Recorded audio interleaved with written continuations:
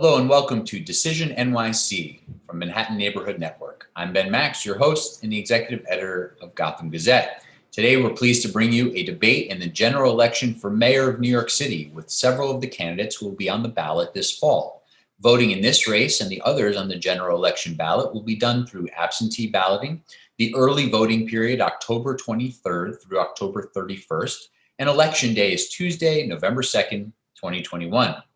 Along with this election for mayor, there are also races for city controller, public advocate, borough president, city council, Manhattan district attorney, and more. There are also 5 yes or no ballot questions that we'll discuss in a separate show, and you should be ready to vote on. So it's an important time of choosing here in New York City, and we're pleased to bring you many individual interviews with candidates and debates like this one. We hope this and others will help you sort through your many choices and make informed decisions when it's time to vote this fall. So let's get to today's debate. Joining me are the following candidates for mayor of New York City. Bill Pepitone is the Conservative Party nominee. Stacey Prussman is the Libertarian Party nominee. Raja Flores is appearing on the Humanity United ballot line. And Skiboky Stora is appearing on the Out Lawbreakers ballot line. Welcome. Thank you all for being here and joining me. Appreciate it. Thank you. Thank you for having us. Thank you. Before we get into opening statements, briefly, the rules and format for this hour-long debate are opening statements of 1 minute each, followed by several rounds of questions from me, with each candidate getting up to 1.5 minutes to answer each time. I may ask you some follow-up questions, so don't be surprised if I jump in to ask you to add more detail to something or clarify something or say a little bit more. And you'll be given a chance to briefly respond if somebody criticizes you or disagrees with you overtly at my discretion. And then we'll move to closing statements of 1 minute each. All right, so let's get started with 1 minute opening statements. I'm gonna switch around the order in the different rounds that we go, but for this round of opening statements, we'll go with Raja Flores, Bill Pepitone, Stacey Prussman, and Skiboky Stora in that order. So Raja Flores, over to you for an opening statement. Go ahead. Hey, well, thank you for having me today. My name is Raja Flores. I'm a surgeon. I'm chairman of one of the leading thoracic surgery departments in the world. I'm also a New Yorker. I was born and raised in this city. I grew up poor with a single mom who worked as a secretary. We relied on affordable housing to survive. Programs like the Children's Aid Society, Higher Education Opportunity Program, CYO, and PAL gave me the guidance and the role models that I needed to get an education and succeed. Today, I take care of many patients in East Harlem who live in similar conditions like me and my mom did. Many are exposed to asbestos, lead, mold in public housing. I've had to remove half of people's lungs because of this. They pay rent. They showed up to work when COVID hit. And every day that passes, more people get sick. And a surgeon can't fix this, but a government for the people can. And that's why I'm running for mayor of New York City. Thank you.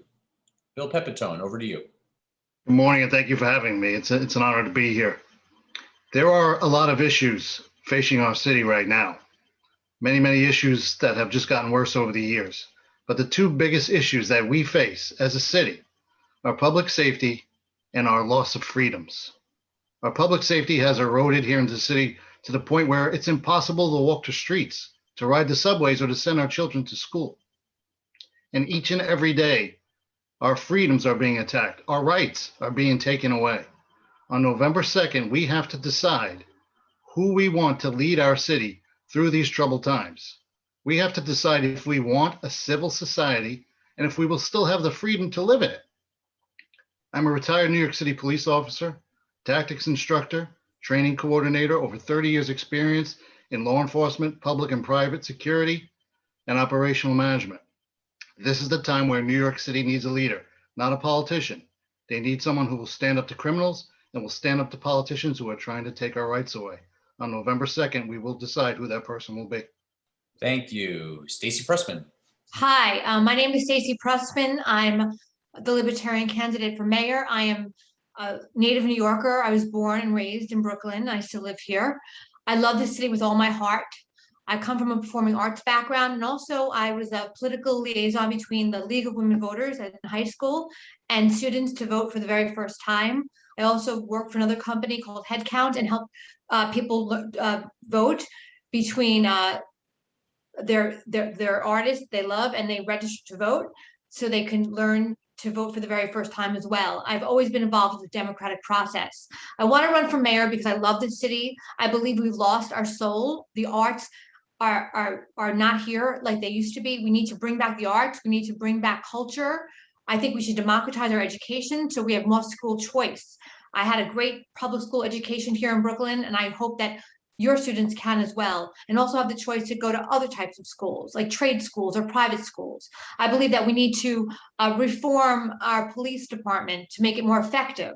I believe we need to bring back hope, and we need to be financially responsible in the city, and we need to bring power back to the people. Thank you. We'll get into those issues in some detail now, but for your opening statement, Skiboky Stora. How you doing? My name's Skiboky Stora. I'm 38. I was gunned down and shot 3 times in a homeless shelter, mistakenly identified, in the New York City homeless shelter called Randall's Island 16 years ago, So, that day, that guy was chasing after me for 5 hours. And these people that was running the shelter, they have so much hate for the poor people and the Black people, that they just had this guy chasing after me for 5 hours, and when I got gunned down, I called on Jesus, and told him, yo, man, all I was trying to do is better my life, Jesus, and Jesus spared my life. 16 years later, I see the same evil that's in my community, and I decided to run because it's straight evil that's in our community, and I has the hands-on experience to correct this pure evil in the corruption that we facing. Thank you. So you've each outlined a little bit about your backgrounds and about why you're running for mayor, but I want to go around again and give everybody a chance to explain some of what you think qualifies you to be mayor of New York City. This is obviously an immense job of executive leadership, hundreds of thousands of city municipal workers, a budget that is now hitting about $100 billion a year. That's only on the expense side, not to mention the capital side of the budget.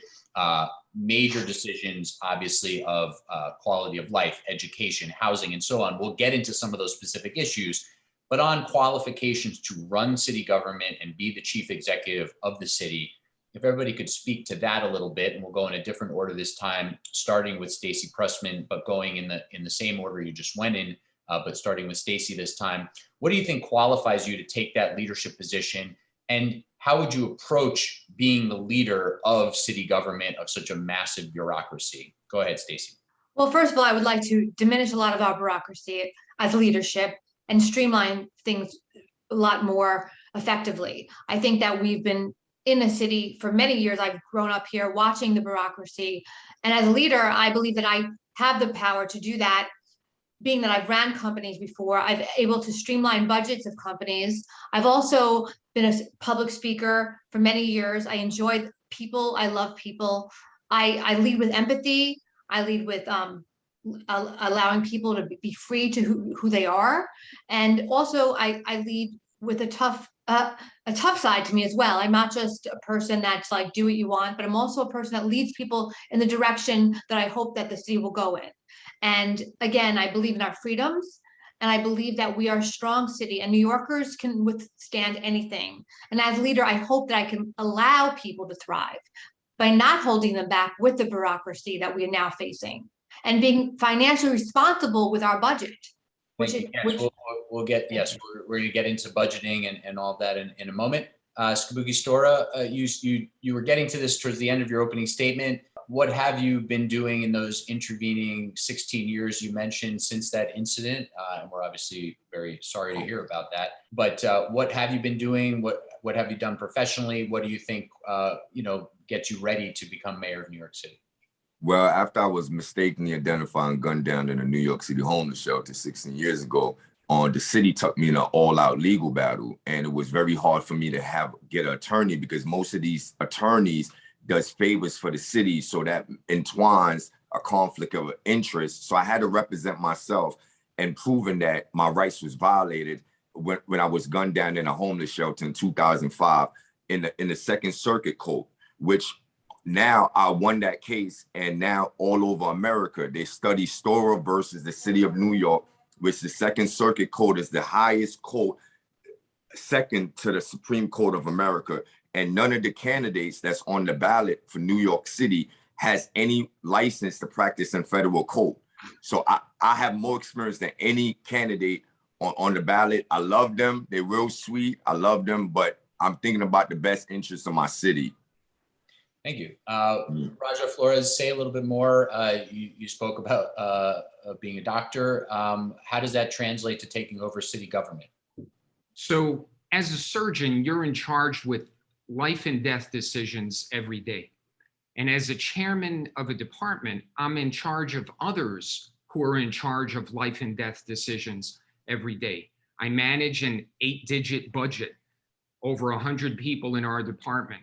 So I have had to make sure that the quality of life and the decisions that our workers make every day are in the best interests of people in general. So, we are located in between the richest of the rich in the Upper East Side and the poorest of the poor in Harlem. And we take care of all New Yorkers. In one room, I could have a billionaire. In another room, I can have a homeless person. And the decisions that you make have to be done without previous bias involved. So I can't look at somebody and decide based on their political views how to treat them. I need to treat everybody equally. And in city government, you need to do the same thing where you treat everybody equally without prior bias. Thank you. Mr. Pepitone, you mentioned a little bit about your resume. Say a little bit more about how you think that prepares you to lead city government.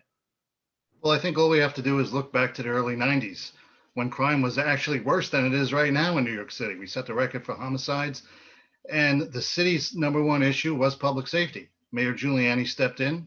New York City wanted a law enforcement mayor, and we're almost in a very similar position right now. We need someone with law enforcement experience. There's so much talk about training for NYPD officers and for law enforcement across the board. Well, I was an NYPD tactics instructor and training coordinator. I have that experience. I served 15 years on the streets in every community with a prestigious mobile response unit, every community, every neighborhood. I was a 9/11 first responder, participated in counterterrorism duties after 9/11. Counterterrorism right now is a very important issue in New York City once again because of decisions made overseas. This is what we need in a mayor right now. As far as other decisions that have to be made, one of the most important things a mayor can do is surround himself with qualified people. Ever since we started our grassroots campaign back in June 2020, we've had professionals from every industry here in New York City come to me and say they want to be part of our team. People in finance, people in housing, people who have worked on the homeless situation here in the city. I will surround myself with smart people, educated professionals who will help me in the decision-making process. But ultimately, my job is to stand up for all New Yorkers. I've done that my entire life. I've done that my entire career, and I will do so as the mayor of New York City. Before we move on to our next round, Mr. Pepitone, let me ask you two follow-up questions. One, you mentioned New York City needing someone with law enforcement background. Obviously, the Democratic nominee, Eric Adams, also has a background in the NYPD. I'm wondering if you want to take just a moment to sort of differentiate yourself with him, how you see it. And my other question is, you're running as the Conservative Party nominee. Why didn't you run in the Republican primary to try to win that ballot line as well? Republicans and conservatives often nominate the same candidate, not always. But if you could address those two issues about both your vision and your candidacy. Good, both very good questions. And I wish the Democratic candidate was here today to answer some of the questions because he's done nothing but photo ops and Hamptons fundraisers. It would have been nice for him to be here and answer some questions. What differentiates me is the fact that he has been a constant critic of the NYPD throughout his entire career. And police officers and supervisors that have worked with him have always said the same thing about Eric Adams. He is not a supporter of law enforcement. He is not a supporter of the NYPD. As Brooklyn Borough President, he presided over the borough with the most violence, with the most shootings. And last summer, when Brooklyn was burning during the riots, he did absolutely nothing. He did not condemn the violence. He did not support the police. He did not support his own constituents. In fact, he told his constituents when there was a lot of illegal firework activity going on not to call 911 out of fear of heavy-handed police response, which is ridiculous. He told them to confront those people that are doing illegal activity, and it cost a young woman her life. So that's what differentiates me from Eric Adams. I'm a leader and I'm a uniter more than a divider that he is, than the divider he is. Go ahead about your candidacy and the Republican primary. Sure, I am a registered Republican. I am a Republican. And I wanted the Republican nomination. I interviewed with all the counties, all the Republican leaders and the committees. I think I did an outstanding job. I'm clearly the only Republican that was in the race, the only real Republican that was in the race. But the Republican Party is fractured here in New York City. The 5 counties could not even get together on one particular candidate. They went in 2 different directions. Both were the wrong directions. The Conservative Party supported my campaign since day one. And they came to me and offered me their nomination. I was proud to accept it. I have the same ideals and values as the Conservative Party. And it was my decision to forego the Republican primary because I thought it was going to be a circus. And I was absolutely right. If you watched any of the Republican debates, they were nothing more than a circus. I took that time to avoid that, to concentrate on my campaign, talking to people, getting out in the city, meeting people, and listening to their concerns. And it was the right move. Great, thank you. Maybe later in the debate, we'll ask you to differentiate yourself from the Republican nominee, Curtis Sliwa, but on to other candidates. We're going to start with Mr. Flores for this round. What I'd like you to each identify is one big idea of your campaign. Is there one signature idea, a policy idea? You know, Mayor de Blasio obviously ran on implementing universal pre-kindergarten. Other candidates, whether they've been successful or not, have run on a signature policy idea. I'd like you to explain to voters what's your one big idea, and obviously if you have a hard time picking among several and you want to give a shout to a couple, that's fine. But if you had a signature idea that you wanted to bring to New York voters' attention, what would it be? Go ahead, Mr. Flores. So for me, that's easy. The reason I'm running is because of public housing, because of NYCHA, because of the injustices that I've seen with them being exposed to life-threatening living conditions. Asbestos. You talked about pre-K with de Blasio. What's the use of pre-K if your kids are exposed to lead and they have a difficult time learning things? I've seen those kids in my office where they come with their parents and they can't put 2 words together because of lead exposure. So how is pre-K going to help them? We need to get our priorities straight in our city. And the #1 priority in New York should be NYCHA. You fix NYCHA, you'll fix New York. And I have a 4-point plan that's on my website, and I can talk about it now when we have time. But public housing and making sure we take care of those of us, 500,000 New Yorkers that are the most vulnerable, that's central to why I'm running for mayor. I am planning to get back to some housing issues, but can you list the top lines of that 4-point plan without explaining it all in detail, obviously? Can you tell us the 4 big principles of it? Sure. #1 is to make sure you have a safe home without anything that can make you sick. There's a reason why so many people in NYCHA have died from COVID, and it's their pre-existing conditions from where they live. 2, local business. When you look at any NYCHA complex, except maybe 1 or 2, there's no businesses. It's desolate. There's no way for you to generate an income to support the buildings that you're living in. So we need to take local businesses and put them in the NYCHA complexes so that local residents can run it and develop and generate income that can upkeep NYCHA. 3, our kids. Once you protect them from lead, they need to be able to get an education, and they don't have Wi-Fi. We've got to figure out ways to educate not only the kids, but parents on how to educate the kids by using Wi-Fi. And #4, we need to make sure that public housing stays public. This push to privatize public housing to generate profits, it's not going to help the people who live there. So we've got to set up community land trusts and put tenants in charge of their own destiny. Thank you. Hopefully we'll get a chance to discuss a little bit more, especially about that last point. Mr. Pepitone, one big idea. The biggest idea right now is more than an idea. It's a battle. It's a battle for our rights and a battle for our freedoms. These illegal mandates that are put in place right now are destroying livelihoods, ending lives, ending careers, and they're going to put people out on the street. We talk about homelessness and what a problem that is. We're going to have more of a problem with that. People are going to lose their livelihoods starting Monday. In the statewide, they've already started. How are we going to have a city if people aren't allowed to work? They are forcing us to comply with a vaccine that has had no trial period, that has no testing results for short-term effects or long-term effects. We don't know anything about this vaccine and what it's going to do to us, yet we're taking people's livelihoods away because of it. And that's un-American. And what is our city going to look like when thousands of people are out of work? It's going to be worse. It's going to be unlivable. I can understand the conservative perspective on not having these mandates and forcing people out of work. I do have to sort of correct the record there that the vaccines have had trial periods. They might not have had longitudinal studies, which they couldn't have, of course, because of how new they are. But they have. Well, that's my point. They have been tried and they have been studied very closely in the time they've been. But not long enough. Ben, around. not long enough. Okay, Ms. Prussman, one big idea. I have my main idea is to bring back New York and make it alive again, make it have culture, create the arts, bring back small businesses, encourage small businesses. Our hospitality industry needs to come back. We need to to make a city safer, people to feel safer. And that's not just by having police, it's actually preemptively by having mental health available to people. Many crimes are committed because people are addicts. They're having mental breakdowns. We need to have a preemptive strike to hit before the crimes actually happen. I believe that's a strong constitution in my campaign. Also, I really want to encourage animal rights. That is a huge, not just no-kill shelters and banning horse carriages, but all animals and wildlife in our city is a very big priority to me as well. And education. I want to democratize our education system as well.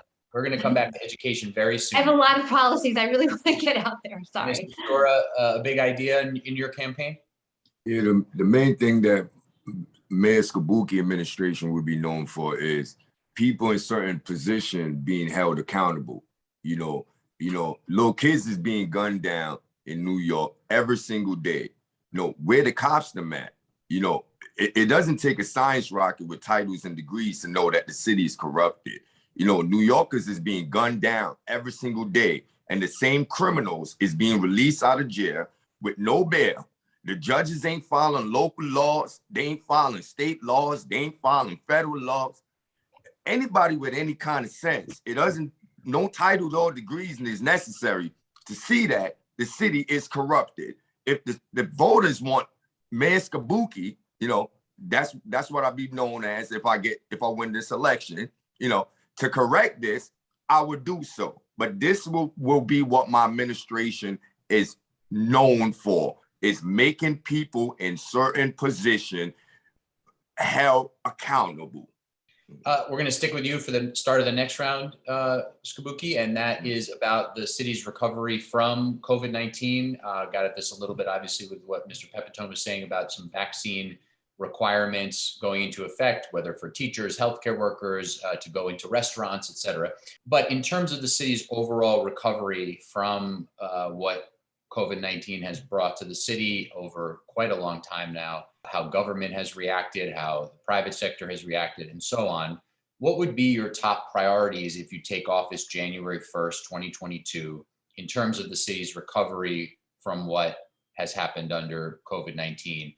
Well, I will make sure that anyone that needs the vaccine available for them to take it, and anyone that doesn't want to take the vaccine won't be mandated. You know, I think we all would agree that we had enough of the white man and the black man putting drugs in our body, and we don't need this anymore. Not on the Mayor Skiboky. We're not having this anymore. So all I'm saying is that we're gonna get back to normal. You know, we're gonna get these kids back in school. We're gonna follow the law, and that's how we're gonna get this city back rolling. Dr. Flores, the city's recovery from COVID-19, top priorities? You know, I've been in the trenches with COVID. I've had colleagues that have died from COVID. I've had family members that have died from COVID. And I know what it's like to have to walk into a COVID patient's room and wonder with every breath that you take, are you inhaling something that's going to potentially kill you? So I don't like the misinformation about vaccines that are out there. Vaccines save lives. Right now in the hospitals, the majority of patients who are admitted who are dying from COVID are unvaccinated.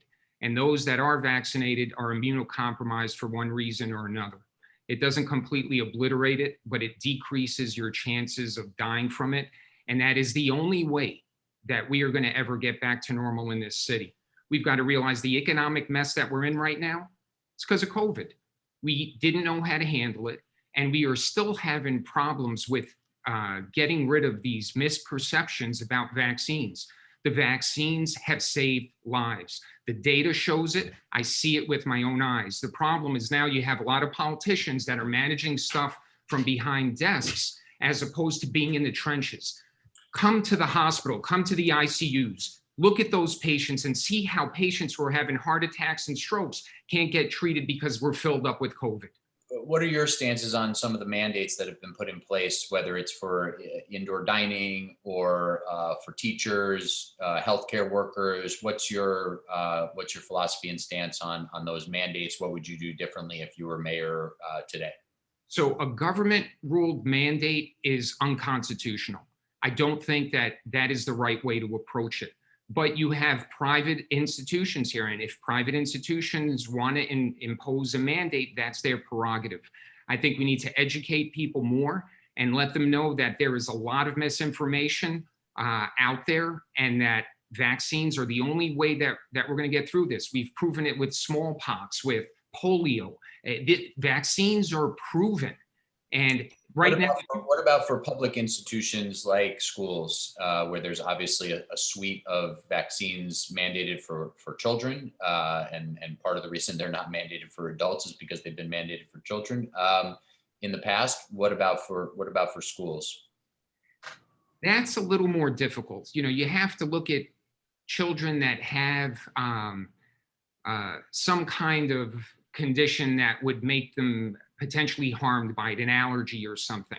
But we were mandated when I was a kid. I mean, I've got the smallpox vaccine shot on my arm, and I think we just have to go what we have done historically. And if historically that is what we have done to protect our community, the general welfare, then that's probably what we need to do. Yeah, we're in a bit of a different situation here, obviously, as because of the approvals for the vaccine, it's been the adults that have been gotten more of the mandates, and the approval for children has come along. It's been a little bit of a flip situation. COVID recovery, Bill Pepitone, top priorities in terms of sort of bringing the city back or bringing the city somewhere anew, whether it's around public health or other parts of the way that COVID has devastated the city. What would be top of mind and priority list for you in terms of the city's recovery?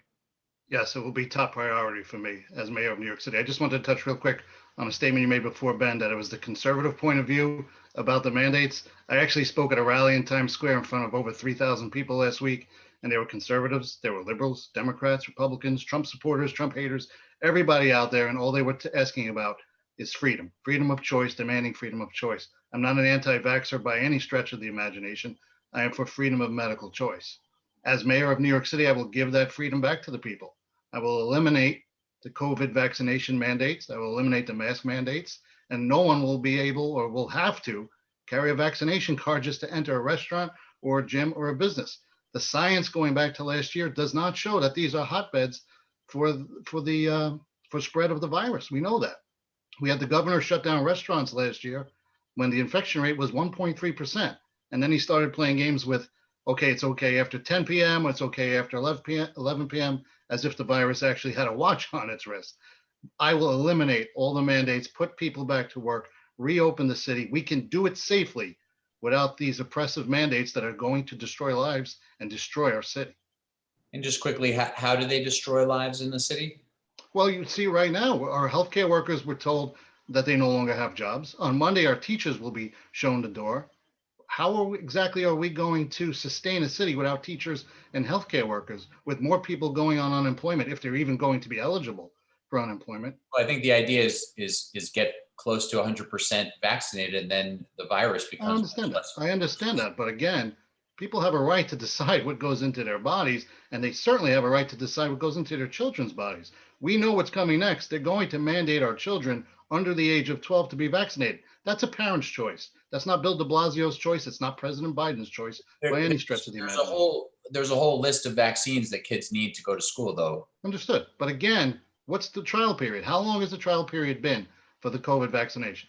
Stacey Prussman, the top priorities you'd have in terms of COVID recovery for the city. You've talked a bit about your sort of big idea is economic revitalization. Maybe you want to say a little bit more about that. Or well, I have a coronavirus safety plan in place, similar how we have the grading system, ABC for restaurants. I would do the same thing for coronavirus safety, and it wouldn't be, you wouldn't get fined, but it would be like, this is a 5, they're doing a great job, or this is a 1, they're not doing a great job with the social distancing. Like, keep the pre-vax the way we had the pre-vax protocols, 6 feet apart, masks, whatnot. And if a restaurant chooses to use that system, great.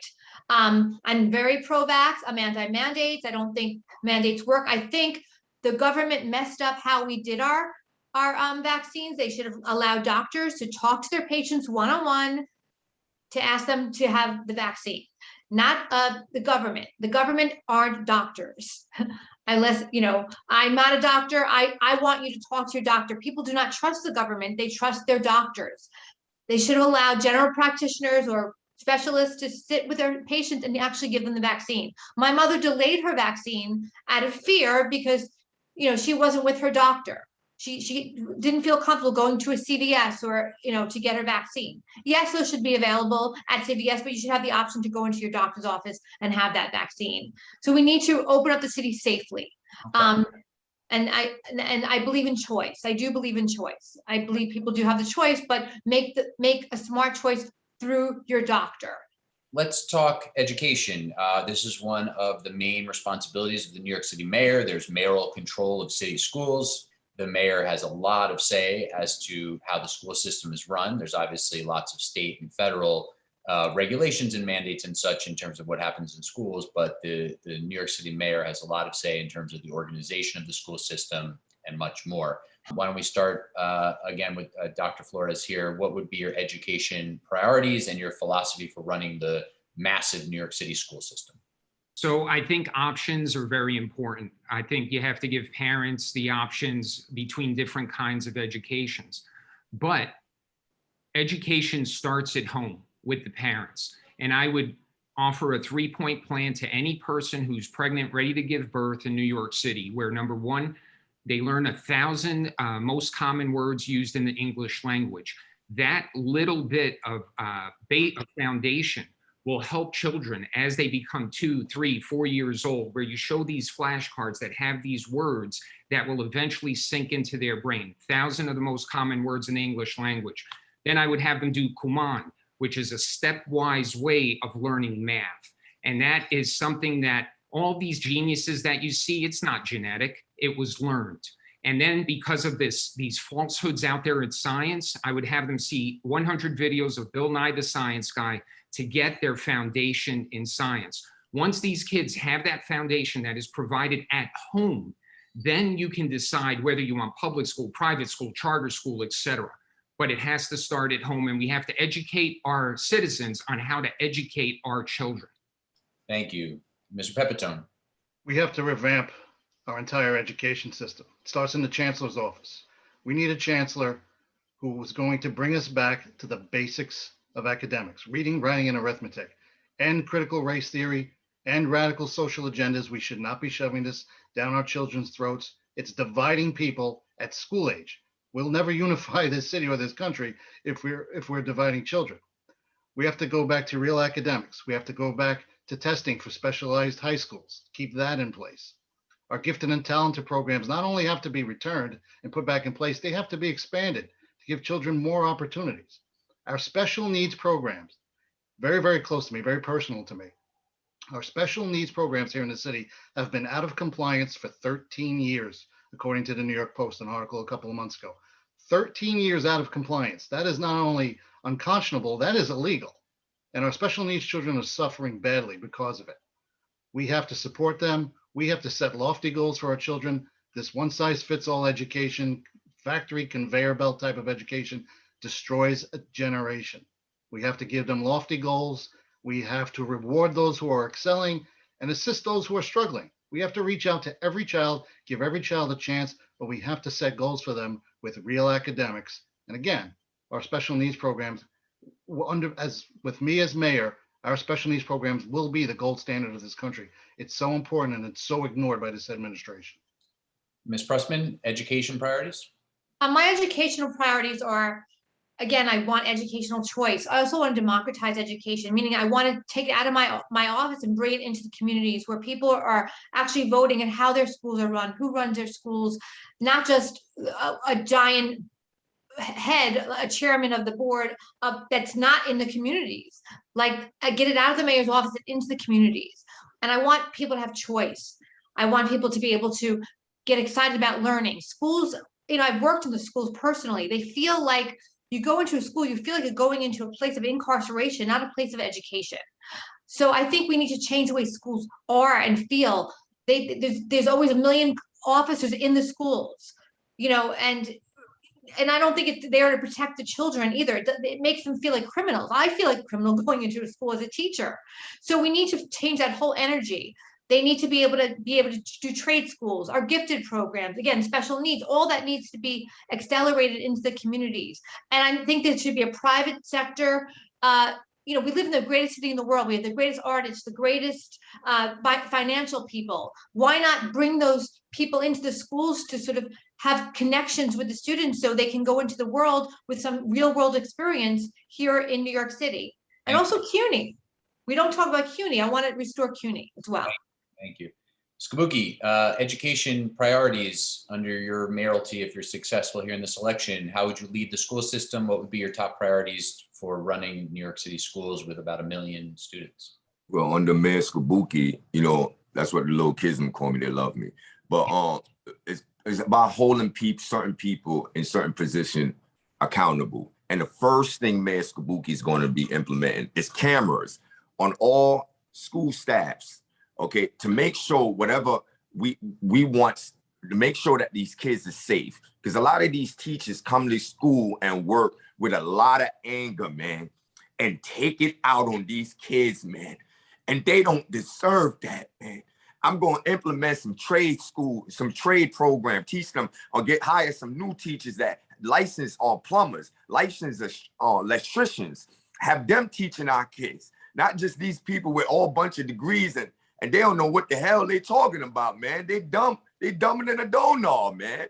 And they got all this anger for our little kids, man. They don't need that, man. Thank you. Let's talk about homelessness and housing. Obviously, NYCHA is also part of this equation. Very often it gets sort of separated. It is separate in some ways in that it is obviously the city's public housing, but often, in my opinion, at least, it's far too separated from the discussion around broader housing policy, homelessness. So obviously, please bring NYCHA into your answer as you see fit. But what would you do to alleviate the city's affordable housing issues and reduce homelessness in the city? There's obviously been some very concerning increases in homelessness over the last really more than a decade, going back to the ending of some subsidy programs toward the end of Mayor Bloomberg's tenure that related to state budget issues as well. But there's been a long time increase. Looking at that issue got very tricky during COVID when there was an eviction moratorium. So obviously homelessness kind of froze in some ways. But how would you, coming into office, if you're successful in January, start to deal with the city's homelessness crisis and its affordable housing challenges? We're going to start with Ms. Prussman and go again in the same order. Go ahead. So I would deal with homelessness. We've never really dealt with it in this city. I've been living here my whole life, which is almost 50 years. And basically, we've never really tackled homelessness. We've put Band-Aids over it. It's like putting paint over mold, so to speak. So we need to get permanent homes for people. And that we can do that through rezoning. We have a lot of empty office space, rezoning people, getting the mental health so they can be in society again if they choose to be, and be able to work in a job and support themselves in an affordable housing situation. So rezoning our city or end a lot of our zoning so we can build homes or convert office spaces and whatnot. NYCHA, rent to own. There's nothing more powerful than owning your own home. People that live in NYCHA should be able to have the option to buy into their own homes if they can, and we can create a program that would do that. bring back like a Mitchell Lama type program for affordable housing, 80-20 housing, which worked great. I know a lot of people that have been sustainably in their home because of the Mitchell Lama programs. So we need to take the programs that worked and accelerate them, and the ones that didn't work, throw them away, create new ones, be innovative, perhaps try shipping container homes, which work really well in certain areas. There's a lot of options that we have not looked at. And as mayor, I will make sure that we look at every option to make sure every New Yorker has a home, a sustainable home, and sustainable food. Because without those two things, we do not have a healthy city. Quickly, it sounds a little bit like, and it would perhaps be a libertarian point of view, that some of your answer got at this, that the city, should really sort of take the reins off of development and pave the way for the building of a lot more housing in the city of all types. Is that your point of view, that you would try to unleash a development boom to create a lot more housing stock in the city? A responsible development boom. I'm not going to just unleash it haphazardly. It would be well thought out. I would end a lot of our zoning that, we have to be careful of climate change. This is a real thing that's happening. Our seashore, our ocean levels are going up. We're not, we saw that in this last Hurricane Ida. You saw the subways. We need to look at that as a developer and as houses moving forward. We're going to have issues with water, and climate change. So that's not something we need to ignore. But I'd like to allow responsible developers to come in so we can make affordable housing. And we can create places for people to live, but not overcrowd or ruin our landscape either. So it's a happy medium. Okay. Ben. Skiboky, you've spoken a little bit about personal experience on this topic. What do you think the solutions are around city homelessness policy that can be implemented from the mayoral level through the city agencies and departments, and perhaps working with others on homelessness and housing? Yeah, I don't fit the status quo. It disgusts a couple of those people, even thinking about going to vote for a guy that got shot in a homeless shelter, so I don't really talk to those people. But everybody that's homeless isn't homeless because they drug users. They honestly, people that become homeless because they hard on their time. They might have lost their husband, lost their job. So a lot of these status quo people, they look at these people in disgust. But Mayor Skiboky, if I get elected, look at them with love. We have to help these individuals and create programs for the ones that's homeless because they own drugs, and the ones that's homeless due to hard times. We can't mix them together. Mayor Skiboky not having that. And what do you want to see in terms of housing development in the city? Do you agree with those who don't like to see lots of big, tall buildings being built and what people call overdevelopment? Do you think there's plenty of room to build a lot of new housing in the city to sort of take some of the area? I'm not really a fan of those big buildings or whatever, because when those big buildings come in the Black community and the brown community, which a lot of people have a lot of anger for that community, the average income in that community goes up, and those people don't deserve that, man. A lot of those people is some God-loving Christian people, man, and they don't deserve that, man. Thank you. Raja Flores. So I will put the average income, I will lower the average income so that they landlords won't have to raise the money up on them due to these high rises being built in their areas. Raja Flores, your policy solutions on homelessness and housing? This is clearly a difficult area. This is not an area where there's a magic bullet. Homelessness is a plague not only in New York City, but throughout the country. And so to come up with a solution has to be met with a difference in mindset. I think what you have to realize, many homeless people are human beings just like you and me. Many of them, like Skiboky said, are going through hard times. Not all of them are hooked on drugs. Not all have mental illness. And I think it's very important to understand that as far as homes are concerned, we have an excess of apartments in the city. We've got a lot of empty homes in New York City. The question is, how do we make it so that the people who need care, mental illness, drug abuse, are taken care of? And I see the emergency rooms as being the point of how to get those people into a system where they can get help, where we can have mental hospitals that can take care of these patients. And the emergency room is the key point of entry. The vast majority are people who are down on their luck. And sometimes you just need a little help to get over that hump. There's a couple that are homeless over on the East River that I talk to every once in a while. And I asked them, why didn't you go into homeless shelters? And they said, because if we go into a homeless shelter, they split us up, a man and a woman. And I couldn't understand that. How come you can't have these two people who love each other be together in this hard time? So I think there's a lot of interference from people who don't look at this group of people as real human beings. Dr. Flores, how do you get, what are the ways to get people who are down on their luck or who need treatment services? How do you get people who are winding up in the emergency room, who are winding up in jail, who are winding up in shelters? How do you get them into stable housing? What are some of the keys to doing that?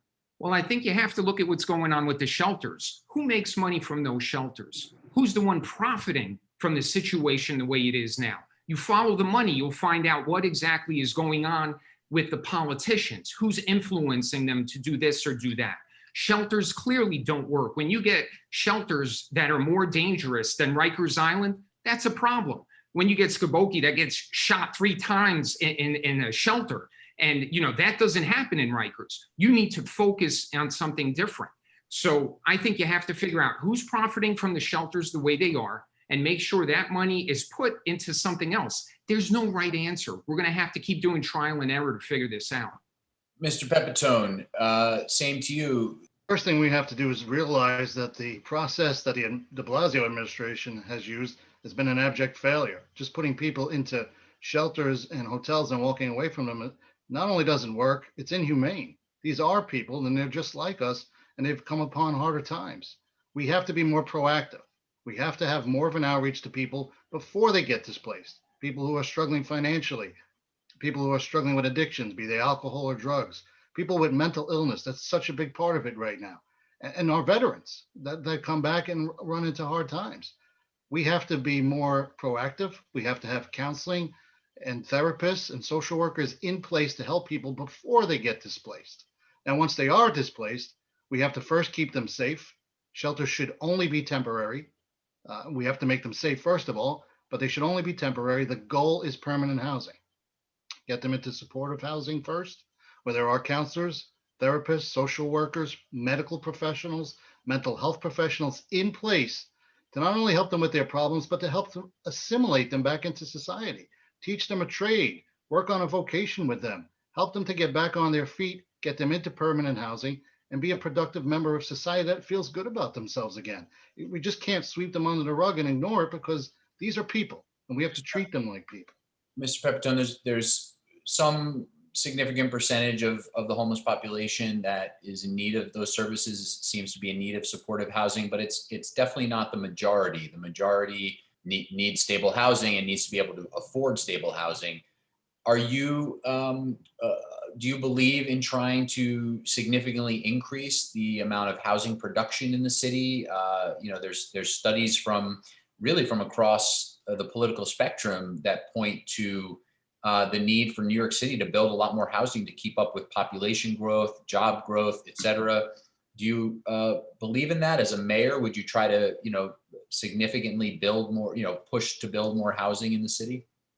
We do need more housing, but I don't think it's significant. I don't think we should go overboard. I think our zoning issues are a tremendous problem in our city right now. There are enough buildings, there are enough apartments, there are enough city-owned buildings that stand empty right now. Before the pandemic, during the pandemic, whatever the reason is, there is space where we can put them into supportive housing, stable housing, as you said. We can do it as is right now without going overboard on housing development, because our city right now is just far too crowded and zoning is an issue. Interesting. Okay, Mr. Pepitone, let's stick with you. Let's talk about policing and public safety a little bit more. You spoke very early, of course. This is a thrust of your campaign as a former member of the NYPD and a trainer, as you said. Let's get a little bit more specific in terms of what you do running the police department if you were mayor to make sure that policing is happening in a fair, equitable way, but also increase public safety in the city. What are some principles that you'd bring to that? What are some ways that you would change how the PD operates? Well, the first thing we have to do is restore the morale of the NYPD. The morale has been completely destroyed by this mayor and the previous governor. The only way to restore it is to have someone in City Hall who understands the job, who understands the mission, and will hold them to a high standard, the same high standard I held myself to. I wore that uniform for 20 years. I know what it stands for. I know what it means. And each and every police officer should do the same. Once we get past that, we have to go back to proactive policing, the same way we did in the 90s, coming out of the Dinkins administration into the Giuliani administration. We became a proactive police department. We addressed quality of life issues, which we have such a tremendous problem with right now in the city since day one of the de Blasio administration.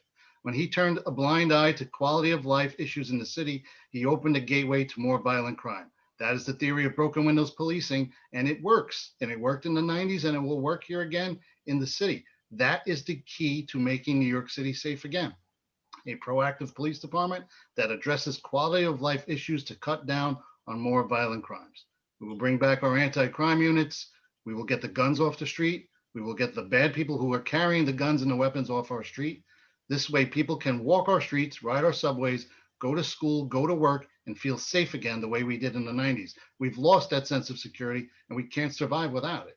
Mr. Pepitone, one of the things that's happened during the de Blasio administration when a lot of major crime categories were trending downward was many fewer arrests. There were some increases in summonses. There were some changes to the law, some changes to policing under Bill Bratton. I don't know if that's someone you generally agree with on policing or not, talking about going back to the 90s as well. Is there a way to police the quality of life issues you're talking about without drastically increasing arrests? Oh, absolutely. Of course. And yes, I do agree with most of Commissioner Bratton's policies. I worked for Commissioner Bratton, and his policies, especially in his first term, worked. It's not all about arrests. It's not all about numbers. It's about policing being fair. It's about police officers being professional, and 99.9% of them are, and they do an incredible job. It's about just addressing the violations as they occur, making sure that they don't become a consistent problem, which they are now in the city, and making sure they don't escalate. You don't have to make arrests to do that. Visibility is a key, presence is a key, professionalism is a key. Okay, thank you. Ms. Prussman, your thoughts on improving public safety and policing in the city? Well, I think it's twofold. It's the people and it's the police. People need to feel safe emotionally. They need to also, be well mentally. Mentally happy people don't commit crimes, generally speaking, is what I find. Crimes are usually committed by people who are having a breakdown, they're having a life crisis, they're on drugs, they desperately need money, or they've snapped. We're in a mental health crisis, so we need to address that first and foremost. With the police, we need to reform how police are trained. I think they need to de-escalate. I think that we need to train police in mental health, have mental health counselors available in places of high crime as well. We don't always need police officers going into homes. We could have a mental health counselor and a police officer, or a police officer that's a mental health counselor. I think that's a great mix together, so we can de-escalate situations. I'm not a trained police officer, but I don't know how the police run as well as Bill, but I would have the best team of police officers to advise me. We need to make people feel safer, and the response time, they need to be hard on violent crimes and fair on other crimes. We need to end violent crimes in our city. Skiboky, your thoughts on reforming how the police department operates to create a safer city and also make sure that policing is done fairly? The only way to protect the New Yorkers is by removing this from being a sanctuary city and making this a law-abiding city. So no matter what the other candidates telling you, if New York City is still a sanctuary city, it will continue to be violence. It's nothing, because there's no one, the judges are still going to be releasing the criminals after they gun down the New Yorkers. They're not going to follow local laws. They're not going to follow state laws. They're not going to follow on federal laws because it's a sanctuary city. So I'm with the law. So I advise anybody that doesn't believe in the law not to vote for Mayor Skiboky. Thank you. Yeah. Mr. Flores, your thoughts on reforming how policing is done in the city? So of course, we're at a very difficult time in our country where we've been polarized. You either have to hate the cops or love the cops. And there's a way of being right in the middle that is healthy for society. I would start by hiring as my first deputy mayor a guy named Manuel Gomez, who is a well-known crime expert here in New York City, who's on both conservative and liberal stations all the time. His background as an NYPD officer, FBI agent, counterterrorism makes him qualified for the job. I do not think a police officer is the right person to have as mayor. If you look at the Constitution, we have a system of checks and balances. You need to balance authority with somebody who is not part of the law enforcement system. So I think you need a mayor that is a civilian, that has no ties to the NYPD. Let the experts do their job, but you need a mayor who can watch and be sure that it is done fairly, where constitutional rights are not violated. But you also need a respect for the men and women in blue who, when the times are tough, they're the ones risking their lives. So there needs to be a very fine balance. Thank you. All right, we're moving quickly into closing statements here. I have to keep you to a very tight 1 minute each as we're running out of time. We're going to start with Skiboky and go to Mr. Flores, Pepitone, Prussman in that order. Skiboky, 1 minute to close out your pitch to voters here. Well, love everybody, peace and love. You know, I want the best for my city, and I'm just a concerned citizen, you know, that's running for mayor to help my community, you know, but I know everybody love the city, and, you know, sometimes you might think you voting for someone and think that that's the best interest, but I'm just saying you should probably like really check them out really before you give them that cue, because, you know, our city really needs a strong mayor that got some love, man. Love for the little black kids, man. Love for the little Spanish kids that's being gunned down every day. We really need the love of all the white people, the Spanish people, the Chinese, to come together and help and work with Mayor Skiboky to stop the violence in the black community and the Spanish community. They need our love, man. Thank you. Senator Flores. So I think you need to look at the elephant in the room. Here we are trying to figure out who's best for mayor, and we're missing the Republican and the Democratic candidates. You know, we just had an election for mayor, but I couldn't vote. The Democrat won by 7% of registered voters, and the Republican won with less than 1%. Myself and a million other independent New Yorkers were disenfranchised. And this is not by chance. Democrat and Republican politicians make backroom deals with each other to control the elections. There's a reason why they're not here in this forum. They want to maintain their power. And this political industrial complex gets paid big time with taxpayer money. So I'm asking you, like Skiboky, to resist the manipulation by the corrupt political parties. Do your own homework on each of us. There are more than two choices. And the only way that we, the people, are going to actually reclaim our constitutional rights is by voting differently. Thank you. Thank you. Mr. Pepitone. On November 2nd, we faced the most important mayoral election in our history, in our lifetime. We have to decide if we want a mayor who's going to stand up to criminals and anarchists that attacked our city last year, and they will be back. We have to decide if we want a mayor who has counterterrorism experience, because we're more vulnerable than we've been since 9/11, especially in what has happened overseas recently. We want to realize, we have to realize if we want a mayor who's going to stand up for the rights and freedoms of everyday New Yorkers and everyday Americans that are here in our city. This is the decision that's in front of us. There's a lot of other issues. We've talked about many of them, but ultimately it comes down, do we want to live in a civil society? And will we have the freedom to do such? The next mayor of New York City will decide that. And clearly, I have the experience and the love of the city to do such. And November 2nd, we will decide the future of New York City. Thank you. Ms. Prussman. On November 2nd, I want to leave the city with love, hope, and I want to make the city as financially free and fiscally responsible as possible. New Yorkers deserve a city that's fun again, and a city that feels safe, a city that feels that they can do anything. You can get out of the subway and feel the energy and the excitement, and students are excited to learn again. And that's the kind of city I want. I hope that's the city you want. The city that feels like if you can make it here, you can make it anywhere. And a city that is a city to be free. And I want to be the mayor to allow you to thrive in your business, in your career, and in your life.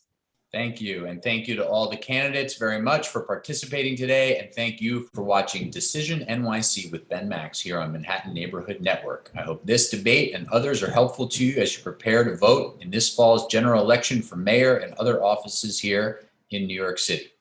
I'm Ben Max. See you next time.